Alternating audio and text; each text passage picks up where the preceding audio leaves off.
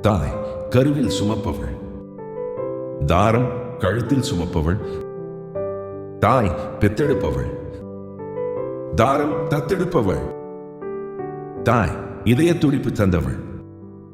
தாரம் இயக்கத்தில் துடிப்பு தருபவள். தாய் அனைவருக்கும் முதல் தொட்டில். தாரம் இரண்டாவது தொட்டில்.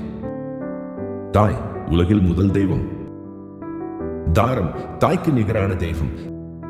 தாய் பந்தய களம் வரை அழைத்து வருபவள். தாரம் பந்தயத்தில் பங்கு பெறுபவள்.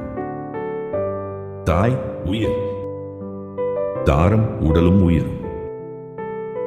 தாய் நேற்று இன்று. தாரம் இன்று நாளை. தாய் உலகின் தோற்றம். தாரம் உலகின் வளர்ச்சி. தாரம் இல்லாமல் அமையாது சிறந்த தாய்மை. தாய்மை இல்லாமல் அமையாது சிறந்த பெண்மை. இயற்கையின் சிறப்பு பெண்மையின் படைப்பு.